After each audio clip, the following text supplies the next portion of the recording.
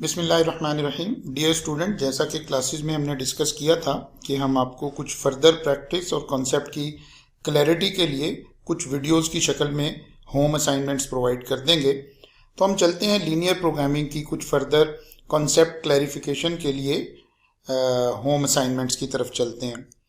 आपको मालूम है, लीनियर प्रोग्रामिंग जब हमने स्टार्ट की तो उसके अंदर हमने देखा था कि ये एक ऐसी टेक्निक है जिसके ज़रिए से हम आम तौर पर अगर हमें किसी रिस्ट्रिक्शंस का, कंस्ट्रेंट्स का सामना हो तो हम उन सर्कमस्टांसिस में, उन हालात में अपना ऑप्टिमम सोल्यूशन ढूंढते हैं।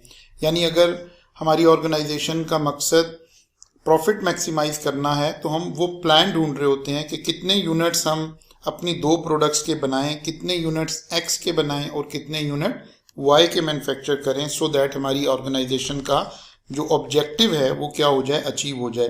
और ऑब्जेक्टिव क्या है इस टाइम पर? For the time being maximization of the profit. आपको मालूम है, हमने इसके साथ फिजिबल रीजन को डिफाइन किया था कि फिजिबल रीजन क्या होता है और इसको हम कैसे अंडरस्टैंड करते हैं। आपको मालूम है, कंस्ट्रेंट्स हमारे पास इनइक्वालिटीज की शक्ल में आ जाते हैं। हम इनइक्वालिटी को इक्वालिटी में कन्वर्ट करके फिर x0 पुट करते हैं तो y की वैल्यू आ जाती है, विच शोज कि ये क्या आ गया, y इंटरसेप्ट आ गया। फिर y0 पुट करते हैं तो x की वैल्यू आ जाती है, विच शोज ये x इंटरसेप्ट आ गया। ऐसे हमारे पास दो इंटरसेप्ट्स आ जाते हैं और उसकी मदद से हम एक लाइन ड्रॉ करते हैं। जैसे मैंने ये एक लाइन आपके सामने ड्रॉ कर दी जो कि इस वक्त किसको शो कर रही है, इंटरसेप्ट को शो कर रही है। अब ये जो इंटरसेप्ट इस वक्त मैंने शो किया, इस वक्त इसका फिजिबल रीजन किधर है? तो आपको मालूम है, अगर तो हमारा कंस्ट्रेंट्स है लेस देन और इक्वल टू, तो फिर फिजिबल रीजन कहाँ होगा? ये लाइन और इस लाइन से नीचे का सारा एरिया, ये इस स्पेसिफिक कंस्ट्रेंट का क्या कहलाएगा? फिजिबल रीजन कहलाएगा। लेकिन गिवन क्वेश्चन में हमें मल्टीपल कंस्ट्रेंट्स की ज़रूरत पड़ रही होती है, एक से ज़्यादा कंस्ट्रेंट्स आ रहे होते हैं। हमने दूसरी कंस्ट्रेंट की इक्वेशन को टेकअप किया, उसमें x0 पुट किया तो y की वैल्यू आ गई, y0 पुट किया x की वैल्यू आ गई। हमने अपने ग्राफ पर उस सेकंड कंस्ट्रेंट्स को भी क्या कर दिया, प्लॉट कर दिया, जस्ट लाइक दिस। अब मेरे पास दो डिफरेंट कलर्स की लाइंस आ रही हैं जो दो अलग अलग चीज़ों के कंस्ट्रेंट्स हैं। मसलन एक मटेरियल का कंस्ट्रेंट्स हो सकता है, दूसरा लेबर का कंस्ट्रेंट हो सकता है। ये जो हमारी सेकंड वाली लाइन आई है, अगर हम इसके फिजिबल रीजन की बात करें तो इसका फिजिबल रीजन कहाँ होगा? इस लाइन पर, और इस लाइन से नीचे नीचे का एरिया इसका फिजिबल रीजन होगा। इसी तरह से अगर फर्ज करें हमारे पास एक तीसरा रिसोर्स भी है, एक तीसरी कंस्ट्रेंट भी है, हमने उसकी इक्वेशन को लिया, इनइक्वालिटीज को इक्वालिटी में कन्वर्ट किया, x को 0 पुट किया, y की वैल्यू आ गई, y को 0 पुट किया, x की वैल्यू आ गई, और उस कंस्ट्रेंट को भी हमने ड्रॉ कर दिया। अब जैसे ही हमने ये तीनों अपने कंस्ट्रेंट्स जो हैं वो ड्रॉ कर दिए, तो क्योंकि हमारा ऑब्जेक्टिव क्या है, प्रॉफिट मैक्सिमाइजेशन, तो हमारा जो फिजिबल रीजन बना, जो फाइनल फिजिबल रीजन बना, वो कौन सा एरिया बन गया? Inner most area. ये तमाम का तमाम एरिया, दिस वन, ये एरिया वो है जिसके अंदर हम कोई भी प्रोडक्शन प्लान जो है वो अपना प्लान बना सकते हैं। यहाँ पर ये तीनों रिसोर्सेज जो हैं ये अवेलेबल है। ऐसी तमाम लाइंस जो एक्स एक्सिस और वाई एक्सिस को दो डिफरेंट पॉइंट पर इंटरसेक्ट कर रही होती हैं, उन्हें हम फैक्टर ऑफ प्रोडक्शन के कंस्ट्रेंट्स कहते हैं। आपको मालूम है, फिर कंस्ट्रेंट्स और फिजिबल रीजन को समझने के लिए हमने डिमांड एंड सप्लाई के कंस्ट्रेंट्स को भी देखा था कि सम टाइम हमें किन कंस्ट्रेंट का सामना है, हमें इस कंस्ट्रेंट का सामना है कि हमारी फलां प्रोडक्ट की डिमांड मैक्सिमम इतनी है। जैसे मैं आपके सामने एग्जांपल रखता हूँ, लेट्स अज्यूम हमारी जो वाई प्रोडक्ट है उसके हम जो यूनिट मैक्सिमम बना सकते हैं वो 500 है। यानी इस वक्त हमारे पास कंस्ट्रेंट क्या आ गया? फिर y should be less than और इक्वल टू 500। तो जब हम इनइक्वालिटी को इक्वालिटी में कन्वर्ट करेंगे तो ये आ जाएगा y इज इक्वल टू 500। जब हम इस लाइन को ड्रॉ करेंगे तो ये इस तरह एक x एक्सिस के पैरेलल एक लाइन हमारे सामने आ जाएगी। अब इस लाइन का फिजिबल रीजन कहाँ है? इस वक्त आप कंस्ट्रेंट को देखिए, कंस्ट्रेंट क्या है? y should be less than और इक्वल टू 500, विच मीन्स कि इसका फिजिबल रीजन क्या हुआ? ये लाइन और इस लाइन से सारा नीचे का एरिया, ये वो एरिया है जिसके अंदर y का जो वैल्यू है वो 500 से कम रहेगी। लेट्स अज्यूम हमें डिमांड एंड सप्लाई में एक और कंस्ट्रेंट का सामना है और वो ये है कि हमें y के यूनिट्स 100 से ज़्यादा बनाने हैं। इसका मतलब है y should be greater than 100, y is equal to 100। जब हम इस लाइन को ड्रॉ करेंगे तो ये एक अनदर लाइन आ जाएगी which is parallel to x axis. अगर आप इन दोनों कंस्ट्रेंट्स को इकट्ठा रीड करते हैं तो इसका क्या मतलब हुआ कि हमने y के जो यूनिट्स मैन्युफैक्चर करने हैं वो 100 से ज़्यादा और 500 से कम। इसका मतलब है इन दोनों कंस्ट्रेंट्स की मौजूदगी में अभी तक का हमारा फिजिबल रीजन क्या हुआ, अपर लाइन से नीचे और नीचे वाली लाइन से ऊपर। ये एरिया हमारे पास आ गया एज अ फिजिबल रीजन आ गया। नाउ हम अपनी एग्जांपल को फर्दर डिटेल में ले जाने के लिए हम कहते हैं नहीं, there is another constraint, x should be less than और equal to 1000। So x is equal to 1000। जब हमने ये लाइन लगाई तो ये ऐसे हमारे सामने एक लाइन आ गई। अगर ये तीनों कंस्ट्रेंट्स एग्जिस्ट करते हैं, यानी y के यूनिट हमने 100 से ज़्यादा, 500 से कम और x के यूनिट 1000 से कम बनाने हैं, अभी तक की तीन कंडीशंस के मुताबिक हमारे पास जो फिजिबल रीजन है वो ये एरिया है।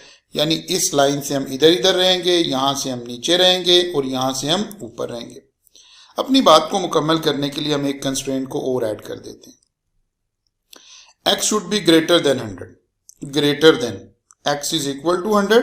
जब हमने लाइन को ड्रॉ किया तो ये y एक्सिस के पैरेलल एक ऐसे लाइन आ गई। इस लाइन का फिजिबल रीजन क्या है, इससे राइट साइड पर।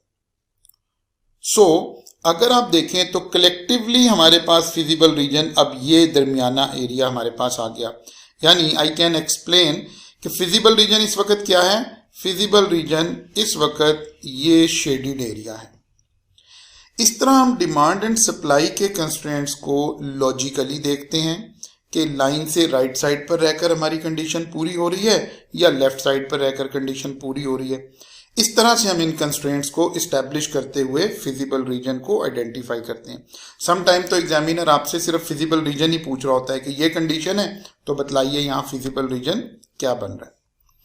ये सारी बातें क्योंकि हम क्लास में इससे बहुत ज़्यादा डिटेल में और कंसेप्चुअली कंसेप्ट की डिस्कशन कर चुके हैं, ये तो अब हमारी फर्दर डिस्कशन हो रही है। इस वजह से हम यहाँ ज़रा बहुत ज़्यादा डिटेल में नहीं जा रहे हैं और बात को थोड़ा आगे लेकर चलते हैं। अब हम एक क्वेश्चन को टेकअप करते हैं जहां से हम दोबारा से इन सारी बातों को समझने की कोशिश करते हैं कि ये सब क्या हो रहा है और कैसे हो रहा है। तो आइए जी अब हम एक एग्जाम्पल की मदद से इस सारे सिनेरियो को समझने की कोशिश करते हैं। आपको मालूम है लीनियर प्रोग्रामिंग की सिचुएशन में हमारे पास हमेशा दो प्रोडक्ट्स होंगी। अगर किसी क्वेश्चन में आपके पास 2 से ज़्यादा प्रोडक्ट्स हैं तो इसका मतलब है ये क्वेश्चन लीनियर प्रोग्रामिंग का क्वेश्चन नहीं है। यहाँ मैंने आपके सामने एक टेबल बना रखा है। हमारी दो प्रोडक्ट्स हैं, हम बाउल बनाते हैं और मग बनाते हैं। जो रिसोर्सेज कंज्यूम हो रहे हैं, जो शायद हमारे पास शॉर्ट भी होंगे, एक लेबर कंज्यूम हो रही है और दूसरी क्ले। लेबर और क्ले से मिलकर हम मग एंड बाउल जो है वो प्रोडक्ट बना रहे हैं। और हमारी जो प्रोडक्ट है, बाउल हमारा सेल होता है 40 रुपीज़ का और मग हमारा सेल होता है 50 रुपीज़ का। इसके बाद नीचे हमारे पास आ रहा है there are 40 hours of labour, there are 40 hours of labour. ये क्या शो कर रहा है आपको, कंस्ट्रेंट शो कर रहा है कि हमारे पास जो लेबर आवर्स हैं वो कितने अवेलेबल हैं, 40 लेबर आवर्स अवेलेबल हैं। इसका मतलब ये हुआ there are 40 hours of labour and 120 pounds of clay available. जो क्ले है वो हमारे पास 120 पाउंड अवेलेबल है। How many bowls and mug should be produce to maximize revenue. अगर हम अपने रेवेन्यू को मैक्सिमाइज करना चाहते हैं तो हमें कितने मग बनाने चाहिए और कितने बाउल बनाने चाहिए। आपको मालूम है हर लीनियर प्रोग्रामिंग के क्वेश्चन में हमारे पास इसी तरह की एक रिक्वायरमेंट होती है। हम सबसे पहला स्टेप क्या किया करते हैं, हम अज्यूम कर लेते हैं कि फर्ज करते हैं जी x नंबर ऑफ बाउल्स बनाएंगे and y number of mugs बनाएंगे। तो फिर हमारा ऑब्जेक्टिव फंक्शन क्या आ गया, 40x प्लस 50y। ये वो हमने रेवेन्यू से, अगर रेवेन्यू गिवन है यानी सेलिंग प्राइस गिवन है उसकी मदद से ये बन जाता है। सम टाइम आपको प्रॉफिट गिवन होता है, आप प्रॉफिट की मदद से इसको बना लेते हैं। सम टाइम आपको कंट्रीब्यूशन गिवन होती है, आप इसको कंट्रीब्यूशन की मदद से बना लेते हैं। उसके बाद आप क्या करते हैं, आप अपने कंस्ट्रेंट्स इस्टेब्लिश करते हैं सब्जेक्ट टू लिखकर। अब वो जो हमारे पास टेबल बना हुआ है हम उसी की मदद से ये बना रहे हैं। यही टेबल हमें बतला रहा है कि हमें क्या करना था। ये आ गया, मतलब लेबर का कंस्ट्रेंट कैसे बनेगा, x plus 2y less than और इक्वल टू 40। ये वही आ गया, x plus 2y less than और इक्वल टू 40। ये लेबर का कंस्ट्रेंट आ गया। Similarly 4x plus 3y less than और इक्वल टू 120। ये किसका आ गया, क्ले का कंस्ट्रेंट आ गया। और आपको पता है रियल लाइफ में हमारे पास एक बाय डिफॉल्ट कंस्ट्रेंट होता है जिसको हम क्या कहते हैं, non negative constraint. x and y should be greater then और इक्वल टू 0। दो काम हो गए, एक आपने अपने प्रॉफिट को मैक्सिमाइज करने का ऑब्जेक्टिव फंक्शन ड्रॉ कर लिया, दिस वन, और दूसरा आपने अपने कंस्ट्रेंट्स इस्टेब्लिश कर लिए। फिर आपको मालूम है इन कंस्ट्रेंट्स को इस्टेब्लिश करने के बाद हमारा अगला काम शुरू होता है कि हमने इन कंस्ट्रेंट्स की लाइन को ग्राफ पर लेकर जाना है। और ग्राफ पर लेकर जाने के लिए हमारे पास क्या प्रोसीजर है, हमारे पास वही प्रोसीजर है। ग्राफ पर जाने के लिए हमने पहला कंस्ट्रेंट लिया, x plus 2y is equal to 40 कर दिया। कंस्ट्रेंट क्या था, लेस देन और इक्वल टू, यानी हमने क्या किया, हमने अपने रिसोर्स को 100% कंज्यूम करने के लिए तैयार कर लिया, इज इक्वल टू। और यहां हमने इक्वेशन में क्या किया, x 0 पुट किया तो y की वैल्यू आ जाएगी, y 0 पुट करेंगे तो x की वैल्यू आ जाएगी। आप यहां वीडियो को रोक दीजिए, आप यहां से दोनों पॉइंट्स, इंटरसेप्ट पॉइंट्स कैलकुलेट कर लें। फिर उसके बाद आप सेकंड इक्वेशन लेंगे, 4x plus 3y less than और इक्वल टू 120। हमने उसको इनइक्वालिटी को इक्वालिटी में कन्वर्ट कर दिया। अगेन आप क्या करोगे, x 0 y की वैल्यू आ जाएगी, y 0 x की वैल्यू आ जाएगी। अगेन आप यहां वीडियो को रोकिए और अपना पॉइंट कैलकुलेट कर लें। नाउ आपके पास पहली लाइन के दो इंटरसेप्ट मौजूद हैं, x intercept and y intercept. Second line के इंटरसेप्ट मौजूद हैं, x intercept and y intercept. अब आपने क्या किया, आपने इसको ग्राफ पर ड्रॉ कर लिया। ये मैंने आपको ग्राफ पर ड्रॉ करके दिखा दिया, ठीक है। ये वाली ब्लू लाइन हमारी कौन सी है, 120 वाला कंस्ट्रेंट, क्ले वाला कंस्ट्रेंट। और ये जो रेड कलर की लाइन है ये हमारा कौन सा है, लेबर का constraint, x plus 2y less than और इक्वल टू। जैसे ही हमने दोनों कंस्ट्रेंट्स को ड्रॉ कर दिया तो आपको मालूम है फिजिबल रीजन आ गया। बिकॉज दोनों कंस्ट्रेंट लेस देन है तो फिजिबल रीजन कौन सा आ गया, inner most area towards origin, this shaded area, this shaded area is your feasible region. अब इस फिजिबल रीजन के अंदर हम क्या ढूंढ रहे हैं, जो असल हमारा ऑब्जेक्टिव था, हम क्या लोकेट कर रहे हैं, हम लोकेट कर रहे हैं कि ऑप्टिमम प्रॉफिट कहां आएगा, मैक्सिमम प्रॉफिट कहां आएगा। तो हम कह रहे हैं जी मैक्सिमम प्रॉफिट 3 टारगेट पॉइंट पर हो सकता है, या वो इस पॉइंट पर हो सकता है, इसको हम पॉइंट ए बोल देते हैं, या इस इंटरसेक्शन पॉइंट पर, इसको हम पॉइंट बी बोल देते हैं। ये पॉइंट हो सकता है, सी पॉइंट हो सकता है। ऐसे हमारे पास ये 3 टारगेटेड पॉइंट हैं जिसके अंदर ऑप्टिमम प्रॉफिट हो सकता है। इन पॉइंट को लोकेट करने के लिए आपको याद है क्लासेस में हमने 2 टेक्निक सीखी हैं। एक टेक्निक तो यह है कि इन तीनों पॉइंट्स की रीडिंग हम ले लेते हैं, यहां x की वैल्यू क्या आ रही है और y की वैल्यू क्या आ रही है, और उसको ऑब्जेक्टिव फंक्शन में पुट करके फिजिकली चेक कर लेते हैं कि सबसे ज्यादा प्रॉफिट कहां आ रहा है। लाइक पॉइंट ए को देखिए जरा, पॉइंट ए पर क्या है, x 0 और y 20। पॉइंट सी को देखिए क्या वैल्यू है, x 30 और y 0।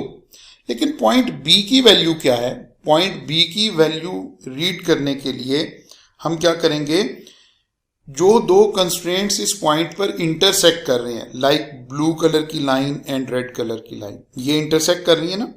ये आप चैप्टर 2 में भी पढ़कर आए हैं कि अगर हम किसी इक्वेशन को सॉल्व करें तो उसका पॉइंट ऑफ इंटरसेक्शन की वैल्यू निकल आती है।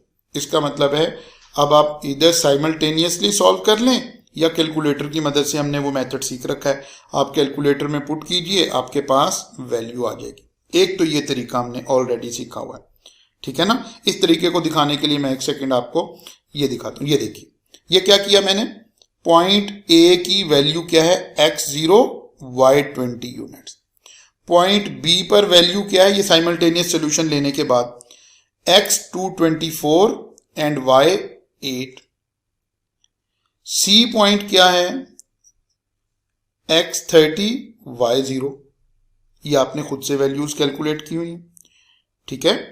अब आपने इन वैल्यूज को 0 and 20, 22.4 and 8, 30 and 0, this is 22.4, इसको आपने उठाकर ऑब्जेक्टिव फंक्शन में पुट किया।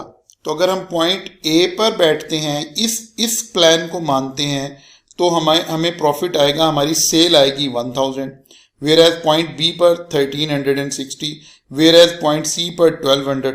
तो ये सेल्फ एक्सप्लेनेटरी हो गया कि किस पॉइंट पर हमें सबसे ज्यादा प्रॉफिट हो रहा है, ए पर ऑफ कोर्स नॉट, बी पर यस, सी वो भी कम है।